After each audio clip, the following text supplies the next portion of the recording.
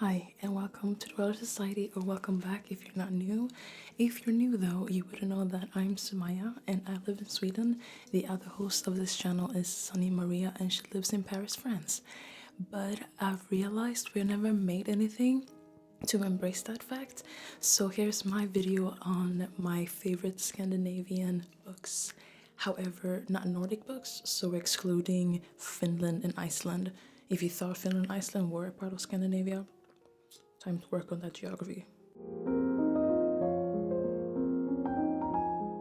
The first book I'm gonna recommend in the Sweden section is They Will Drown in Their Mother's Tears. It's, I wanna say, my favorite book of 2022. It engulfed me, and for the 24 hours I was reading it, I couldn't stop talking about it.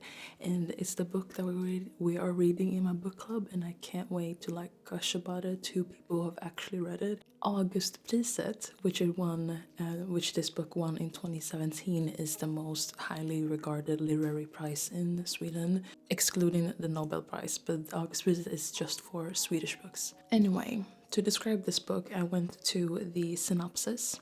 In the midst of a terrorist attack on a bookstore reading by Luberg, a comic book artist famous for demeaning drawings of the Prophet Muhammad, one of the attackers, a young woman, has a sudden premonition that something is suddenly wrong, changing the course of history. 2 years later, this unnamed woman invites a famous writer to visit her in the criminal psychiatric clinic where she's been living. She shares with him an incredible story. She's a visitor from an alternative future. I promise you, this book is far less science fiction-y as the synopsis makes it seem. It's akin to other speculative fiction novels like The Handmaid's Tale. I can't think of another one. Oh my god. The reason why I love it is because I love speculative fiction. However, the ones that I have consumed mostly take place in English-speaking countries, and this hit really close to home because first of all I live here, here being Sweden, and second of all it has a lot of discussions about the fear of the immigrant, discussions of fascism and faith, and since Sweden has been a little scary to live in, especially if you're a non-white person who isn't Christian, and you know how the election went, this book felt scary to read and important to read, and I hope you like it. To Cook a Bear, the synopsis goes like this. To Cook a Bear is a richly imagined 19th century historical crime novel, set in 1852 following a runaway Sami boy and his mentor as they investigate a murder in their village along with the mysteries of life. On a very basic level, this book is a crime, murder, mystery, and because of the setting in northern Sweden in a small village, the scary thought of the murderer being around you and being so suspicious about other people is on a higher level. I can't really speak today. Just like the first book we talked about, there is themes of the fear of the unknown, but this book tackles it from a different angle. There are other themes of religion, morality, and art, and on a personal level, I feel kind of mad at myself for not reading more books set in northern Sweden, because when I watched the movie Sami Blood, I realized, first of all, that's a city I don't consume much content from, and especially movies and books about the indigenous Sami people, I've seen very little of. This book is called Kallocaine, and it's by my beloved Karin Boye, and the synopsis goes, this is a novel of the future. Ironic and detached, the author shows us a totalitarian world state through the eyes of a product of that state, the scientist Leo Kall. Kall has invented a drug called Kallocaine, which denies the privacy of thought in the final step towards transformation of the individual into being a happy, healthy cell in the state organism. So, if you couldn't tell by the synopsis, this book is akin to novels like A Brave New World, We, 1884. I forgot the number, oh my god. I haven't finished reading it, so I can't speak to the specifics of it. However, it's written by Karin Boye, which is one of our most beloved, amazing authors from. I was gonna say from the 19th century, but I would say ever. I made a video on this channel about Audre Lorde, but I would say that Karin Boye is my favorite poet because her poem I rörelse, what would that be in English? In motion. Anyway, it's so beautiful, and I think it's the only poem other than The Black Unicorn by Audre Lorde that I can actually recite. Anyway, back to this book. I can't speak to how true this is, but I've heard that Boye was inspired to write this book because of, Germany, Second World War and stuff. But I've heard nothing but good things in the way that she hand tackles themes like totalitarianism and individuality, and I'll definitely look forward to reading it.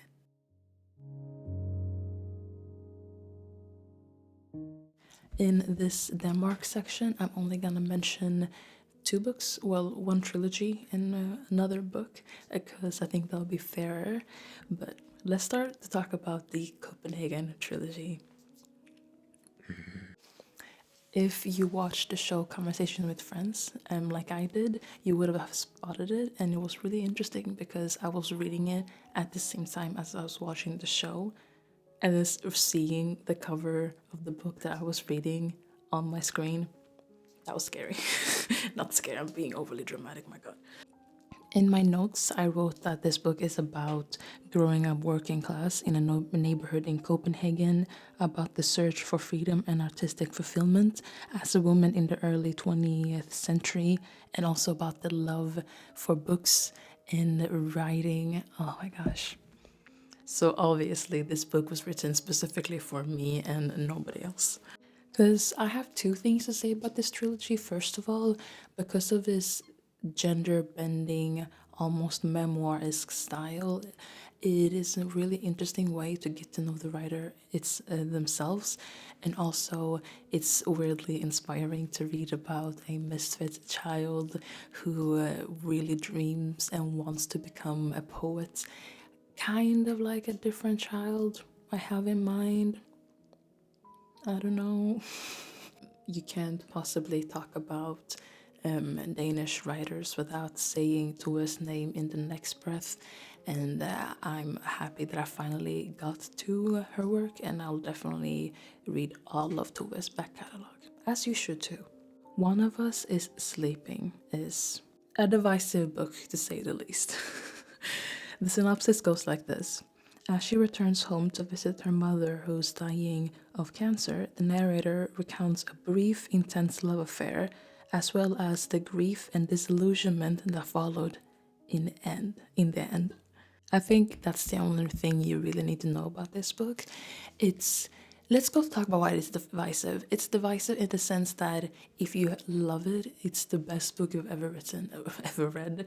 But if you hate it, you think it's so hard to get through. And I can see both sides, because you have to be in a specific mood to read it, because it's really atmospheric, incredibly slow, has almost no dialogue, and really like emotion based. And if you're not into that specific type of mood and to read that type of writing, I can understand why it was hard to read. But for me, those are the books that I love the most. So I'm sorry if it's not for you. It was also interesting to analyze the writing the author used, because to say that the imagery and language is unusual is correct. However, I mean that in the best way possible, because I love it when the books that I'm reading have, something special about them. The first book in the Norway section is The History of Bees, and the synopsis goes like this. In the spirit of Station 11 and Never Let Me Go, this literary debut follows three generations of beekeepers, from the present, past, and future, weaving together their story to the bees, their children, and one another against the backdrop of an urgent global crisis. If you're one of my friends, or if you watched this channel for a while, you would know that me and generational literary stories don't do very well. So it's interesting to see that this one is a favorite of mine. I think it's because the family isn't totally at its center. There are other things going on. First of all, there are three stories. It's set in the past being England in 1852, then in the United States in 2007, and then in China in 2098. If you like your characters to make mistakes and not at all always be sympathetic, this book is perfect for you. If you like, global crisis novels like Station 11, this one is perfect for you. And if you want to read a book, well, it's not really set in Norway. It's written by Norwegian authors. That's something. This book is called Hunger by Knut Hamsun, and it's an interesting book to say the least. Oh god. In my notes, I wrote autobiographical novel recounting object poverty, hunger, and despair of a young writer struggling to achieve self discovery and ultimate artistic expression. This book, as maybe you can tell by the title, Hunger, is about hunger and starvation. And I didn't think going into it that it would go so deeply into like what hunger does to you mentally, not just physically. And if you can't feed yourself, how can you possibly feed your dreams? And it was really interesting reading the history of this book and how controversial it was in Norway when it was published in 1890, I believe. Yeah, for a time I read that it was Norway's most controversial book. I don't know if it's still anymore, but to have that title in Norway, wow, that's cool. If I was gonna give this book a word, it would be relentless. So also be in the right state of mind before you read it. It's not just about you physically starving. It's about your purpose starving, your dreams starving, your self-worth starving. So yes, it is relentless, but there's still hope at the end. You are left feeling when you close the book that there's still hope for this character. So you're left with something that makes the frustration of getting through the book nice. I'm using all of my favorite adjectives today. Nice, frustrating. I did say when I was talking about the Copenhagen trilogy that it made me cry. This next book made me sob. Oh my god. It's called The Faster I Walk, the Smaller I Am by Kjersti Annie-Dotter Komsvold. Oh my god. Mattia Martinsen has never been good at dealing with other people. After her lifetime, her only real accomplishment is her longevity. Everyone she reads about in obituaries has died younger than she is now. Afraid that her life will be over before anyone knows she has lived, Mattia digs out her old wedding dress, bakes some sweet cakes, and heads out into the world to make her mark. Let's first of all talk about Mattia, because she's one of the most unique characters that I've had the pleasure of reading about, because her story is charming. Her loneliness is not at all romantic, but you get so happy for her because the smallest things brings her immense happiness. And also the language the author uses is really interesting because it's not wordy and sentimental and overly long, but it still tugs at your heartstrings and leaves you wanting just to hug Mattia, first of all. It's an interesting exploration into the feeling of loneliness and the idea that your life should be lived to the absolute fullest. And if you haven't, what does that say about you and the life that you have lived? Although I love hunger and the history of bees, I still think The Faster I Walk, the Smaller I Am is my favorite book that I've read from a Norwegian author.